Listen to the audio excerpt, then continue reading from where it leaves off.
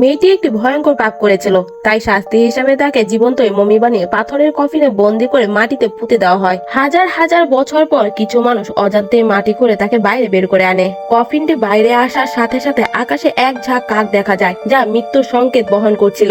অদ্ভুতভাবে এই কাকগুলো অদৃশ্য শক্তির টানে ট্রান্সপোর্ট হেলিকপ্টার এবং পরে সেই কফিন বহনকারী বিমানের পিছু করতে শুরু করে। মরুভূমিতে হঠাৎই ভয়ঙ্কর বালুর ঝড় শুরু হয়। দলটি কোনো মতে কফিনটিকে বিমানে তুলে উড়ে যায়। এরপরেই যেন পুরো দলের উপরে অভিশাপ নেমে আসে। এক সৈনিককে কবরের ভেতরে একটি মাকড়সা কামড় দিয়েছিল। এখন তার শারীরিক অবস্থার অনেকটাই অবনতি হচ্ছে।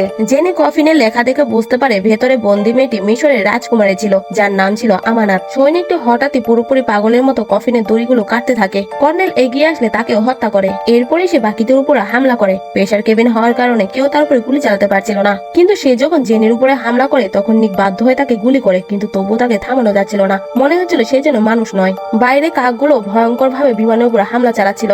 এতে করে পাইলটও মারা যায় এবং প্লেনটি নিয়ন্ত্রণের বাইরে চলে যায়, যার কারণ ছিল এই অভিশপ্ত কফিনটি।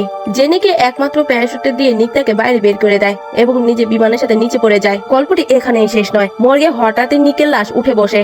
এরপরে শুরু হবে আসল তাণ্ডব। কি হলো জানতে চাইলে পার্ট 2 কমেন্ট করো।